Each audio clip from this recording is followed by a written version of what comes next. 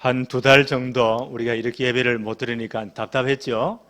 목사로서 아마 제일 답답했어요. 새벽마다 저는 기도할 때 성도들이 앉는 위치가 거의 결정되어 있잖아요. 여러분을 한번 생각하면서 축복하며 많이 기도했습니다. 이제 이런 대면 예배가 계속 지속되고, 또 저는 연말쯤 되면 이 모든 코로나19 사태가 완전 종식되도록 기도하고 있어요. 그리고 우리 신앙이 다시 한 번 더 회복되도록, 전 한국교회와 다락방이 부흥되도록, 그리고 이 모든 경제가 다시 급반등하도록 회복되도록 기도하고 있습니다. 오늘도 이 축복이 이루어지기를 바랍니다. 오늘 제목을 볼까요? 내가 확신하노니. 이런 시대에 확신이 필요할 끝에요. 서로 봅시다. 예루살렘에서 예수 믿는 성도들을 가장 핍박하고, 이 양반이 주동이 돼가지고 가가호를 다 방문해서 예수 믿는 사람들을 감옥에 쳐넣었죠. 그리고 또 소식을 들어보니까 이 다메섹에도 예수 믿는 사람들이 있다.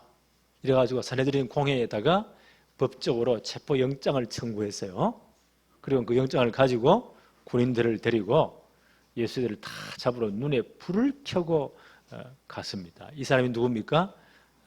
바울이 된 사울이에요. 이 사람을 누가 맡겠어요? 아마 다메섹에 있는 예수 믿는 분들은 이 소식을 듣고 진짜 기도했겠죠. 하나님이 그때 역사하신 겁니다. 부활하신 주님이 그 다메섹 도상에 직접 나타나신 거예요. 그 주님을 만나고 어떤 놈이 그 앞에 악다고 죽이겠어요? 그 광채 하나님의 영광 앞에, 주님의 그 영광 앞에 그대로 눈이 어두워지면서 말에서 떨어집니다. 무릎 꿇을 정도가 아니에요. 벌벌 킵니다. 그때 도무지 거부할 수 없는 음성이 들려봐요. 사울아, 사울아, 너가 왜 나를 핍박하느냐? 주님 누구십니까?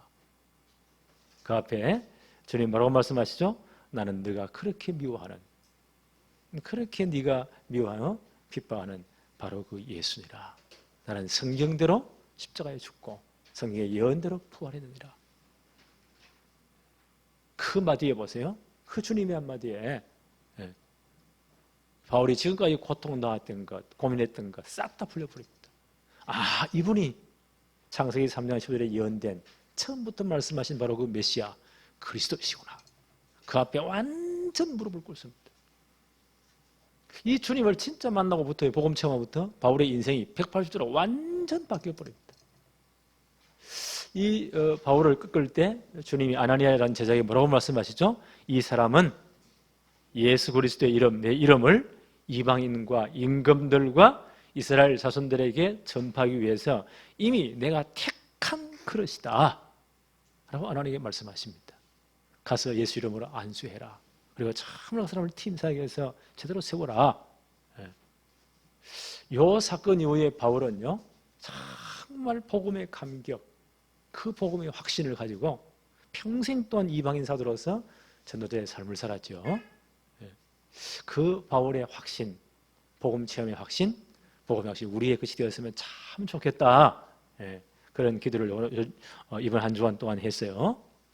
그래서 바울이 쓴 여러 가지 한 13권의 서신서를 써서요, 자신이 전도한 교회에 또 중요한 일꾼들에게 편지를 써보는 바울 서신이라고 해요. 바울의 편지라고 해요. 한 13권쯤 되죠. 신약이 27권인데 신약 성경의 반이 누가 썼다고요? 바울이 쓴 게예요. 그 서신이 다 중요하지만 아마 가장 중요한 서신을 뽑으라면, 편지를 꼽으라면 로마서가 아닌가. 로마서가 아닌가 그렇게 생각해요. 왜냐하면 기독교의 그 구원론에 관한 결정판이 로마서예요. 바울이 체험한 그 복음의 넓이, 복음의 깊이, 복음의 그 어마어마한 축복들을 이 로마 교회에 로마에 있는 성도들이 전달해 주고 싶은 거예요. 그래서 바울이 붓을 들어가지고 정말 그들에게 복음이 각인 뿌리쳐지도록 그 명쾌한 구원에 대한 모든 서정들, 구원에 관한 것들, 복음에 대한 부분들을 자세히 서본했습니다. 그리고 복음 받은 사람들의 삶에 관해서 이렇게 살아야 된다 하는 부분들을 먼저 서보낸 것이 로마서예요. 그 로마 교회의 배경과 로마서에 관해서 좀 미리 좀 알아야 되겠죠. 사도행전 2장 10절 오순절 성령 강림 사건이죠. 2장 10절에 보니까 그때에 예루살렘에 오순절 명절 지키기 위해서 많은 디아스포라 된 유대인들이 왔다. 그리고 이방인들 가운데 유대교로 개종한 분들이 왔다. 자료를 찾아보니까 예수님 당시 초대교회 당시에 이 지구상의 유대인들이 몇 명쯤 되었을까? 학자들이 추정을 해보니까 한 그 당시의 인구 분포를 볼 때 그 당시에 유대인들의 숫자가 한 450만 정도 되었을 것이다. 그렇게 추정을 해요. 그리고 팔레스타인 그 지역에 살고 있는 유대인들은 한 70만 정도가 되었을 것이다. 나머지 380은 어디에 살까요? 로마 전역에 흩어져 살았다. 그 흩어진 유대인들을 디아스포라 유대인들이라고 해요. 한 380만 정도가 그때는 로마가 전 세계를 장악했잖아요. 그 지역에 흩어져 살았다. 흩어진 유대인들은, 신앙 있는 분들은요, 몇 가지 모이면 뭐부터 지었다고요? 회당부터 지었어요. 안식일마다 거기 모여서 예배했어요. 그리고 그들의 렘넌트를, 자녀들을 모아놓고 하나님 말씀, 성경을 가르치는 일을 회당에서 했어요. 그러니까 그 유대인 사회의 모든 종교, 문화, 모든 경제, 교육의 중심지가 회당이 되었습니다. 그 중심으로 신앙생활을 했단 말이에요. 그 흩어진 유대인들이 꿈에도 소원이 뭐냐? 그들이 돈을 모아서 이스라엘의 3대 절기가 있죠. 유월절, 그 다음에 맥추절, 오순절이라 하죠. 수장절에 경건한 유대인들은 예루살렘에 다 모여서 예배했어요. 한 주간 동안 절기를 지키면서. 흩어져 있는 유대인들의 꿈에도 소원이 뭐냐? 그들이 돈을 모아가지고 유월절날 예루살렘에 가서 예배 드리는 것. 그걸 순례객이라고 하죠. 그래서 정말 믿음이 좋은 분들은요, 6월절에 와가지고 오순절, 맥출까지 50일 걸리거든요. 예루살렘에 거하면서, 그 예배하면서 그때까지 하나님 앞에 경배하는 그런 분들이 꽤 많았다고 해요. 예루살렘의 인구는 별로 많지 않거든요. 산 위의 동네이기 때문에. 그때는 그 인구의 수십 배가 와서 빡짝빡짝 했어요. 지금도 이슬람들이 보세요. 그들이 1년에 한 번씩 순례객들이 사우디아라비아 거기 메카에 모이잖아요. 수십만이 모이잖아요. 깔려 죽어도 그 다음 또 오는 거예요. 또 그걸 한번 상상해 보세요. 그 열심으로 이런 유대인들이 절기에 모였어요. 이때 보니까 사도행전 2장 10절에 보니까 로마로에서부터 온 나그네들도 있었다. 그 순례객 가운데. 그런데 아주 경건한 유대인들, 또 유대교로 개종한 분들이 6월절에 왔다가 오순절까지 지키는 분들이 꽤 많았다고 해요. 그래서 아마 그들 가운데 몇몇 사람들이 나는 그 중에 브리스길라 아울라 부부가 반드시 떠날 생각해요. 그분들이 오순절 마가다라방에 참여하고 진정한 복음을 받은 거예요. 그리고 가서 로마에 돌아갔겠죠. 이미 그 로마에는 로마 그때 최고의 도시거든요. 최고의 중심, 전 세계 최고 중심 도시예요. 별의별 민족들 속속이 다 모였겠죠. 똑똑한 것들이. 그 유대인도 거기 이미 많이 갔었거든요. 그래서 그 당시에 로마에도 11개의 회당이 존재했다. 얼마나 많은 유대인들이 있었겠어요. 그분들 가운데 예루살렘에 왔다가 그 오순절날 제대로 이제 성령 체험하고 복음받고 돌아가서 아마 자생적으로 생긴 교회가 로마에 있는 교회들입니다. 이 소문을 바울이 모를 리가 없죠. 그래서 바울이 늘 기도하는 그 유목사님 요즘 말씀하신 기도 컨텐츠 속에, 기도의 내용 속에 언젠가는 내가 로마에 가서 이 성도들에게 정확한 복음을 가게 부처질하시고 그분들이 제대로 복음받고 세계복음의 가장 중심지잖아요. 그 당시 로마는 전 세계 길이 로마로 통하거든요. 모든 길이 로마로 통하니까 그 군사로가 다 깔려 있으니까. 그래서 세계복음하는 것이 바울의 늘 기도 제목이었습니다. 그래서 바울의 1차, 2차, 3차전이 다 끝난 다음 안디옥교회가 바울팀을 파송했잖아요. 그래서 바울이 한 바퀴 돌아오면 1차예요. 또 선교팀을 구성하고 파송받아서 한 바퀴 돌아오면 2차 전도 여행이에요. 3차 전도이 다 끝났습니다. 그때 에베소에서 대역사가 일어났죠. 한 2년 정도 두란노 성원에서 지하들을 모아놓고 진짜 훈련시켜서 전 소아시아 전역에 캠프팀을 보내잖아요. 대역사 일어났어요. 에베소 전체 복음이 전거되니까 이 사람들이 다 예수 믿으니까 우상을 다 버리잖아요. 마술하는 책, 점치는 책들을 다 버리잖아요. 그러니까 그 당시 에베소에는요, 이 장사들 가운데 은을 가지고 아데미 신상을 만들어 가지고 엄청난 고가에 팔거든요. 지금도 점쟁이들 보세요. 부적 하나 멋대로 그려놓고는요, 몇백만 원씩 받잖아요. 그럼 그냥 남잖아. 그러니까 그 아데미의 그 은을 가지고 그 신상, 아데미 신상 만들어 가지고 파는 에베소의 상인들이 장사가 안 되니까 이것들이 이제 막 폭동을 일으킵니다. 바울 때려 죽인다고 지금 날려보니까. 그때 바울이 하나님의 시간표를 봅니다. 사도행전 19장 21절. 내가 이제 로마도 봐야 될 시간표다. 그래서 예루살렘 가서 모든 선교 보고를 하고 예루살렘 교회가 파송해 줌으로 로마로 가기를 원했어요. 이 바울의 기도 안에 늘 이게 나 마음속에 있는 거예요. 이 바울의 기도 컨텐츠예요. 그래서 예루살렘 가는 길에 마게도냐 둘러가지고 아가야 지역 둘러서 거기 헬라 지역에 갔다고 성경에 표현되어 있어요. 사도행전 20장 1절로 3절에 그게 고린도 지역이에요. 2차 정도에 바울이 전도한 교회죠. 이 고린도에 한 3개월 정도 머물러요. 누구 집에 있었을까요? 식주인 가이오 집에, 가이오 장로님 집에. 그래서 바울이 가이오를 소개하면서 나와 온 교회를 돌봐주는 식주인 가이오도 로마에 있는 너희들에게 무난한다. 그렇게 로마 심정에서는 하죠. 그 가이오 집에 3개월 머물면서 그때 이제 바로 고린도 옆에 동쪽에 조그마한 항구 도시였어요. 그게 갱그리아라는 지역이에요. 항구 도시예요. 거기에 우리가 잘 알고 있는 베베 권사님이 사시고 계세요. 이 양반이 아마 로마로 왔다 갔다 하면서 아마 장사를 잘한 분인 것 같아요. 그래서 아마 이분이 로마에 가면 그런 그 기독교 공동체들 거기에 참여했겠죠. 거기에 대한 모든 소식들을 잘 알겠죠. 이 갱그리아 교회의 베베 권사님은 바울이 잘 알고 있는 분이에요. 바울의 참 복음을 받은 양육된 분이에요. 이분이 아마 바울이 여기 와서니까 뛰어왔겠죠. 그리고 로마에서 그 기독교인들의 그 모든 예배 생활들, 그들의 삶들, 그들의 신앙의 정도들을 바울에게 자세히 보고해 준 거예요. 그 바울의 가슴이 뜨거운 거예요. 내가 빨리 가서 이분들에게 제대로 복음을 전해야 되는데, 이 복음의 엄청난 깊이와 높이와 이 엄청난 축복들을 제대로 나눠야 되는데 하는 감정이 막 끌어오르는 거예요. 그래서 미리 편지를 써보냈어요.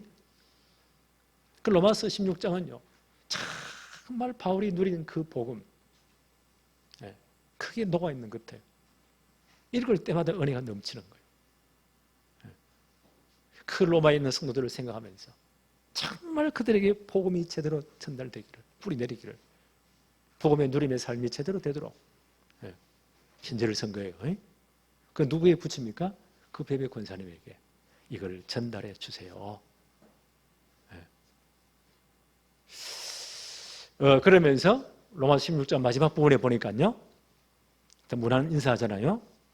누구도 너희들에게 무난한다. 누구도 너희에게 무난한다. 이 사람은 나의 식주인이었다. 이 사람은 나의 보호자였다. 아마 로마 교회가 잘 알고 있는 브리스길라 아굴라 부부를요, 두 번째 소개하잖아요. 나의 동력자였다. 정말 나를 위해 생을 건 목을 내는 사람이었다. 등등등 많은 사람을 소개하면서 로마서 16장 25절로 27절에 바울이 이런 말을 해요. 로마서 16장 25절로 27절에 나의 복음과 예수 그리스도를 전파함은 영세 전부터 감추어진 것이다. 내가 참 내 인생을 바꾼 이 복음, 나의 평생 이 복음의 강정 속에 살게 했던 이 복음, 내가 생을 고 이방인 복음을 위해서 바쳤던 이 복음, 나의 복음. 복음은 뭐요? 영세 전부터 감춰진 것이다. 이제 나타난 것이다. 이 복음의 축복 영광은 세세무궁토록 하나님께 영광을 돌리는 것이다. 라는 설명을 했죠. 바울이 체험한 복음, 영세 전부터 감추어둔 복음이다. 인간이 타락하자마자 하나님 뭐부터 줬죠? 복음부터 줬어요. 아담과 하와, 우리 모든 인류는 아담과 하와의 자손이잖아요.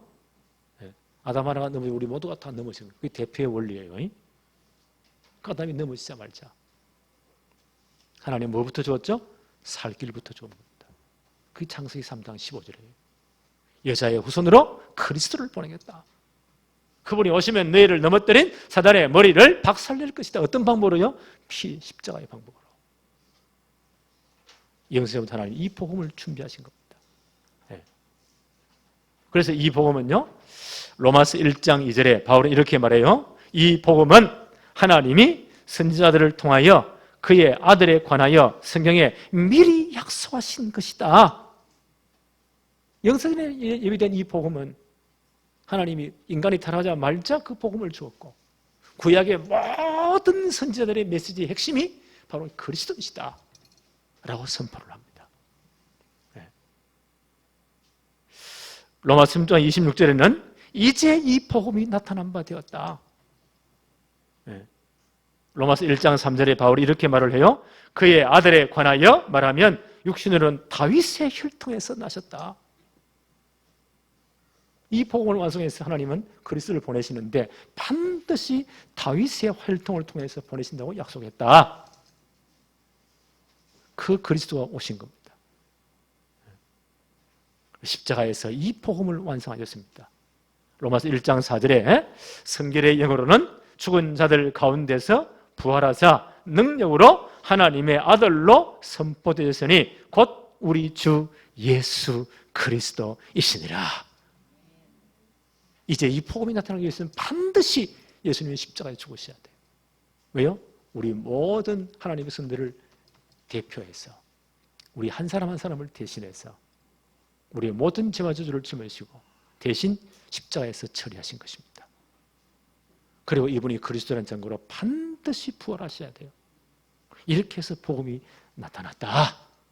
그래서 바울은 고린도 교회에 편지하면서요, 복음의 핵심을 이렇게 설명해요. 고린도 전서 15장 1절로 4절에 형제들아, 내가 너희에게 전한 복음을 너희에게 알게 하노니 이는 너희가 받은 것이요 그 가운데 선 것이라. 고린도에 있는 성도들이 바울이 전한 복음을 받았어요. 그리고 예수 그리스도 영접했어요. 그 가운데 서 있었다. 너희가 만일 내가 전한 그 말, 복음이죠, 복음을 굳게 지키고 헛되이 믿지 아니하였으면 그로 말미암아 구원을 받으리라. 내가 받은 것 복음이죠, 먼저 너희에게 전하였노니 이는 이 복음은 성경대로 그리스도께서 우리 죄를 위하여 죽으시고 장사 지낸 바 되셨다가 성경대로 사흘 만에 다시 살아나신 것이다. 이 복음의 핵심입니다. 성경의 예언대로 그리스도께서 다윗의 혈통으로 땅에 오신 거예요.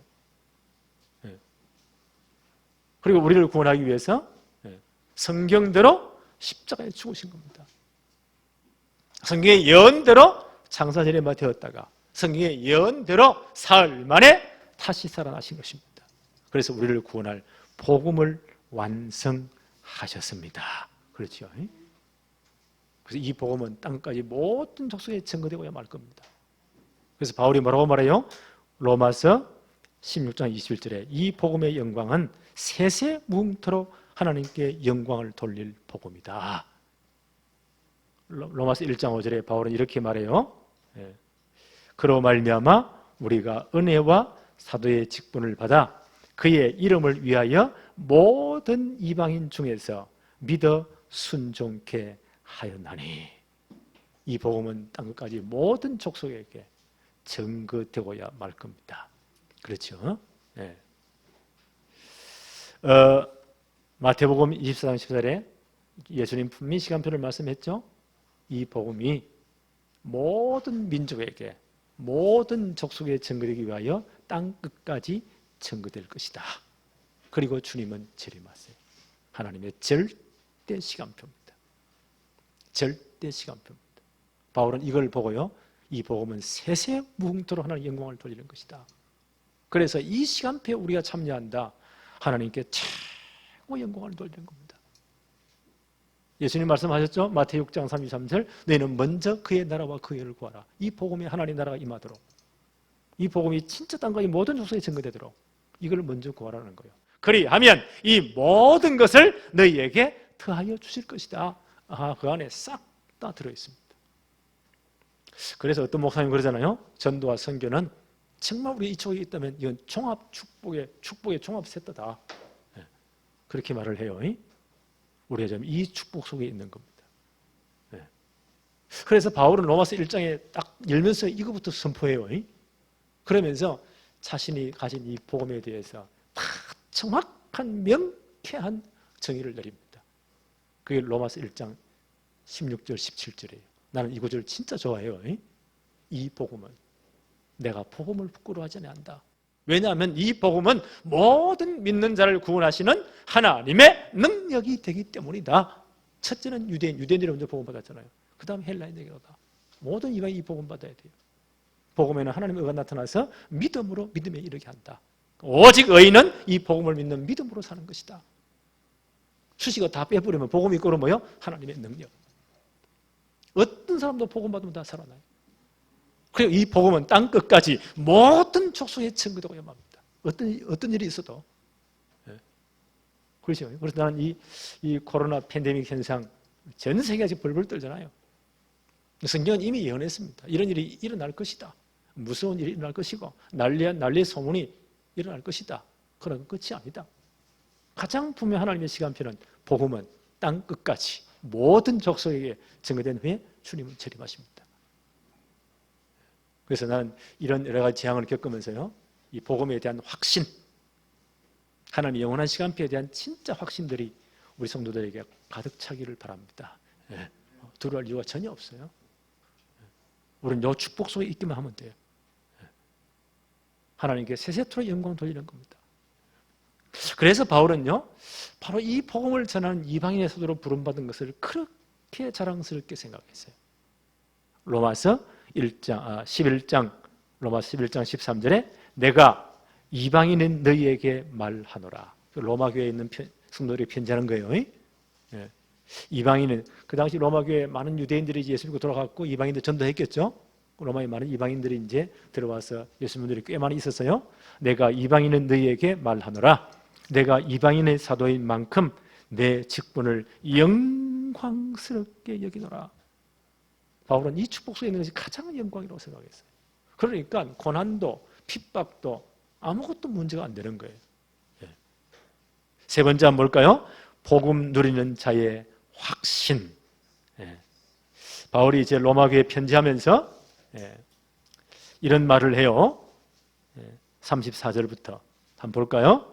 누가 정죄하리요? 죽으실 뿐 아니라 다시 살아나신 이는 그리스도 예수시니 그는 하나님 우편에 계신 자요 우리를 위하여 간구하시는 자신이라. 지금도 부활하신 하나님 보좌 우편에서 우리를 위해 기도하고 있습니다. 특별히 전도자를 위해서 진짜 기도하고 있습니다. 그래서 이방인의 사도로 나선 이 바울은요, 복음 전에서 얼마나 많은 핍박 환난을 받았습니까? 그 환난 중에 자신의 고백이에요. 35절 누가 우리를 그리스도의 사랑에서 끊으리요? 환난이나 곤고나 박해나 기근이나 적신이나 위험이나 칼이라. 바울이 지금 1차, 2차, 3차 전도하면서 얼마나 많은 고난을 당했습니까? 그렇죠? 그 엄청난 유대인의 핍박 고난도 복음을 막지 못했습니다. 이게 바울의 확신이에요. 다시 한번 더 볼까요? 로마서 8장 34절 누가 정죄하리요? 죽으실 뿐 아니라 다시 살아나신 이는 그리스도 예수시니 그는 하나님 우편에 계신 자요 우리를 위하여 간구하시는 자신이라. 지금 우리를 중보기도 하시잖아요. 35절 누가 우리를 그리스도의 사랑에서 끊으리요? 환난이나 곤고나 박해나 기근이나 적신이나 위험이나 칼이라. 기록된 바 바울이 이제 시편의 말씀을 인용하죠. 우리가 총일 주를 위하여 죽임을 당하게 되며 도살할 양같이 여김을 받았나이다 함과 같으니라. 37절 한번 볼까요? 그러나 이 모든 일에 우리를 사랑하신 이로 말미암아 우리가 넉넉히 이기느니라. 어떤 일도 복음을 받지 못했습니다. 그렇죠? 전도자의 발걸음을 막지 못했습니다. 바울은 이 모든 고난을 당하면서요 복음 운동한 거예요. 그 바울의 지금 그 간증입니다. 예. 고린도 교회 편지하면서요, 고린도 후서 11장 23절로 27절에 바울이 그 전도 여행 중에 당한 고난을 이렇게 표현합니다. 내가 수고를 넘치도록 하고 옥에 갇히기도 더 많이 하고 매도 수없이 맞고 여러 번 죽을 뻔하였으니 유대인들에게 40에 하나 감한 매를 5번 맞았으며 40을 때리면 죽는다고 합니까? 그 매를 5번 맞았으며 여러 번 3번 태장으로 맞고 1번 돌로 맞고 루스에서는 돌 맞아 거의 죽었잖아요. 돌을 맞고 3번 파선하고 일주야를 깊은 바다에서 지냈으며 여러 번 여행하면서 강의 위험과 강도의 위험과 동족의 위험과 이방인의 위험과 시내의 위험과 광야의 위험과 바다의 위험과 거짓 형제 중의 위험을 당하고 또 수고하며 애쓰고 여러 번 자지 못하고 줄이며 목마르고 여러 번 굶고 춥고 헐벗었노라. 그러나 이 모든 고난이 복음은 막지 못했습니다. 전도자의 발걸음을 막지 못했습니다. 바울은 자기의 간증을 자기 여러 가지 1차, 2차, 3차 전도 여행 때 당한 모든 그 일에 대한 간증입니다. 이런 가운데 바울의 확신입니다. 이렇게 말을 해요. 로마서 8장 38절 39절 같이 읽어볼까요? 시작. 내가 확신하노니 사망이나 생명이나 천사들이나 권세자들이나 현재일이나 장래일이나 능력이나 높음이나 깊음이나 다른 어떤 피조물이라도 우리를 우리 주 그리스도 예수 안에 있는 하나님의 사랑에서 끊을 수 없으리라. 아멘. 네. 바울의 확신입니다. 이 모든 고난 가운데 나는 확신한다. 복음을 절대 막을 수 없다. 하나님의 최고의 사랑이 뭐요? 복음이잖아요. 네. 이 복음을 처음부터 주셨잖아요. 우리가 아직 죄인 됐을 때 그 아들을 보내기로 약속하셨잖아요. 그 아들을 보내셨잖아요. 우리 대신 죽이셨잖아요. 그래서 우리에 대한 하나님의 사랑을 확증하셨잖아요. 로마서 5장 8절. 이 복음을 누가 막겠어요? 우리가 진짜 이 복음 받고 그리스도를 믿으면 하나님 자녀가 되었잖아요. 이 사랑에서 누가 이 하나님 사랑에 우리를 끊어내겠어요?